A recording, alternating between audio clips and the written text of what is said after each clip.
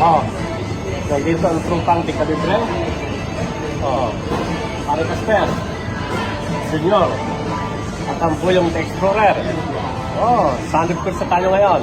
Oh, sanib kursa sa kabutihan at sa kabaitan. Oh, ganyan kami.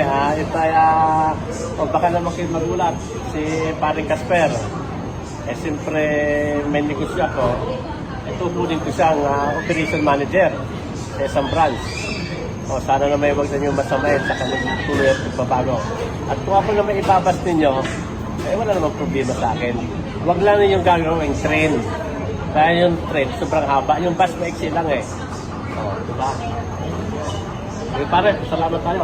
Oo, sa mga followers natin dyan, maraming salamat.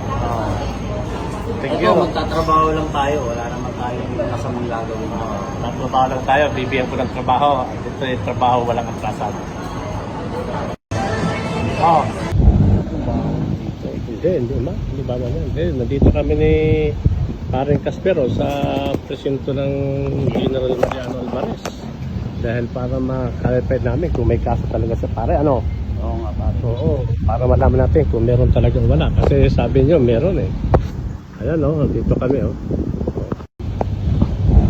Galing na kami ng presinto. Walang kaso. Clear. O sana naman, itigil-tigil na ninyo ang paninira dito sa taong ito.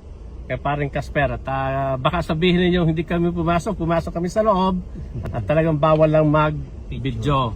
Oo, at walang kaso. GMA Cavite, General Mariano Alvarez. Diyan kami galing sa presinto. Dito po. Okay. Galing na kami ng